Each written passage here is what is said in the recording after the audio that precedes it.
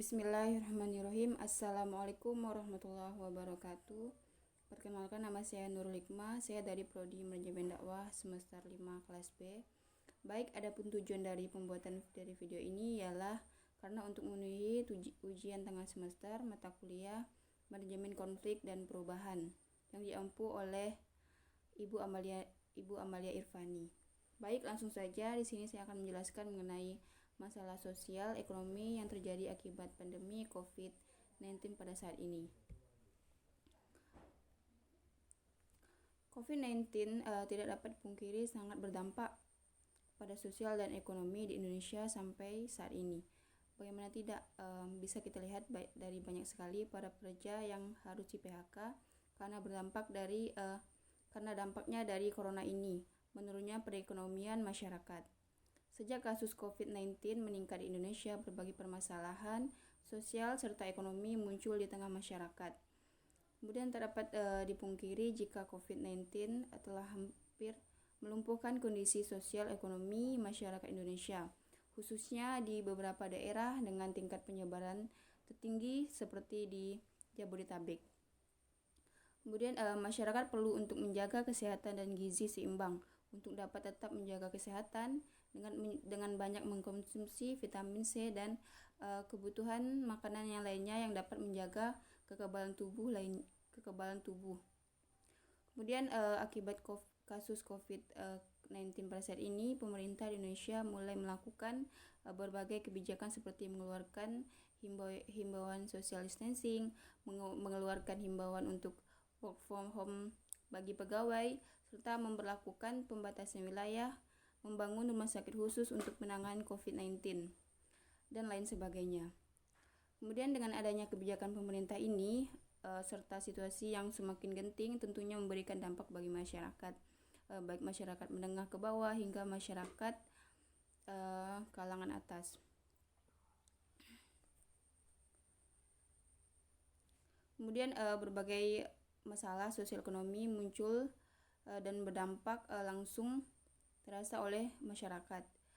Kemudian masalah sosial sendiri merupakan suatu ketidaksesuaian antara unsur-unsur kebudayaan atau masyarakat yang membahayakan kehidupan kelompok sosial atau menghambat terpenuhinya keinginan-keinginan pokok warga kelompok sosial tersebut sehingga menyebabkan kepincangan ikatan sosial.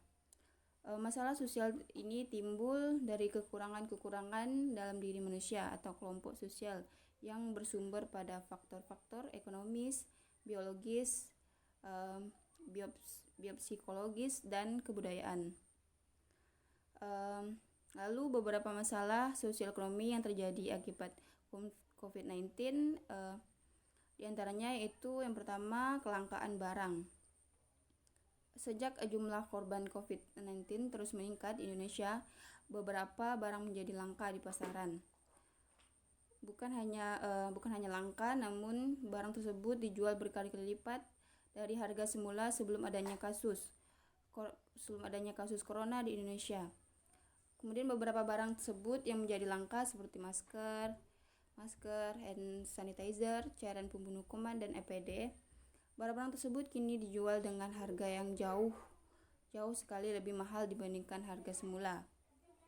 Hal ini sesuai dengan hukum ekonomi di mana ketika permintaan meningkat namun barang semakin menipis, maka harga akan semakin meningkat pula. Bahkan masyarakat dengan kondisi ekonomi menengah ke atas cenderung memborong barang-barang tersebut sehingga adanya penumpukan barang, namun bagi masyarakat menengah ke bawah justru tidak bisa mendapatkannya. Kemudian yang kedua yaitu disorganisasi dan disfungsi sosial. Kasus COVID-19 ini bukan hanya menyebabkan disorganisasi sosial, namun juga menyebabkan disfungsi sosial. Disfungsi sosial terjadi ketika seseorang tidak mampu menjalankan fungsi sosial yang sesuai dengan status sosial akibat rasa takut terhadap COVID-19 ini. Contoh nyata yaitu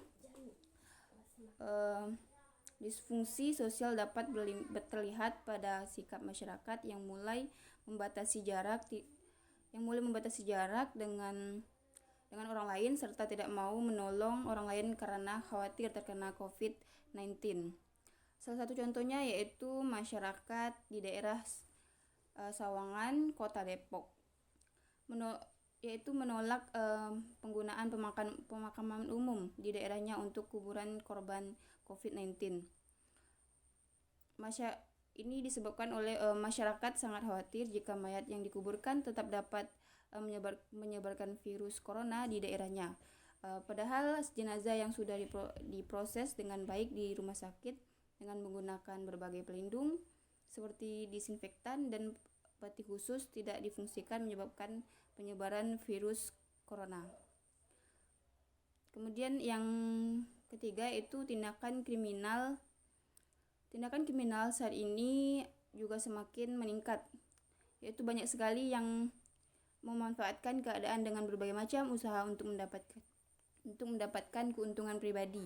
Tindakan kriminal yang dilakukan bisa beragam, seperti pencurian alat pelindung diri yang tengah langka saat ini, kemudian pembuatan hand sanitizer atau disinfektan palsu yang justru membahayakan kesehatan, penipuan harga bahan pokok, dan lain-lain sebagainya. Maka kita sebagai masyarakat sangat harus berhati-hati untuk melindungi diri kita untuk melindungi diri kita, dan serta perlu untuk selalu teliti akan barang-barang yang akan kita beli untuk dikonsumsi. Kemudian yang keempat itu melemahnya sektor pariwisata. Sektor pariwisata merupakan salah satu sektor yang berkontribusi besar bagi pendapatan daerah maupun bagi peningkatan lapangan kerja bagi masyarakat. Sektor pariwisata ini terkait dengan hotel, restoran, tempat wisata, dan lain-lainnya. Namun sejak kasus COVID-19 meningkat, berbagai tempo wisata harus ditutup dalam waktu yang belum ditentukan demi mencegah penyebaran corona. Dengan ditutupnya berbagai tempat wisata, otomatis akan mempengaruhi pada pendapatan daerah dan khususnya pendapatan masyarakat. Atau untuk masyarakat yang mengandalkan pendapatan dari daerah pariwisata harus siap akan penurunan pendapatan dikarenakan menurunnya para pengunjung yang mengakibatkan turunnya pendapatan, dan mengharuskan para pengusaha harus menutup usahanya. Kemudian yang terakhir itu angka kemiskinan dan pengangguran meningkat.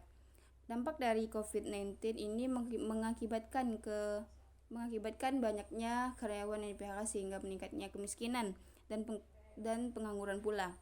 Kemiskinan yang semakin meningkat ini berdampak bagi kurangnya terpenuhi kebutuhan yang harus terpenuhi karena tidak stabilnya perekonomian untuk membeli kebutuhan yang ada. Sehingga pemerintah harus membantu membiayai kebutuhan bagi masyarakat yang kurang mampu itu untuk memenuhi bahan kebutuhan seperti makanan dan lain sebagainya. Belum lagi biaya untuk keperluan anak-anak yang melakukan sekolah melalui daring atau online, sehingga menuntut para orang tua untuk bekerja lebih ekstra untuk membiayai anaknya. Pemerintah harus lebih andil dalam cakup ini, yaitu pemerintah harus lebih andil dalam mengatasi pengangguran dan dampak dari kemiskinan pada saat ini. Ini yang dapat saya sampaikan. Mohon maaf apabila ada kekurangan. Wassalamualaikum warahmatullahi wabarakatuh.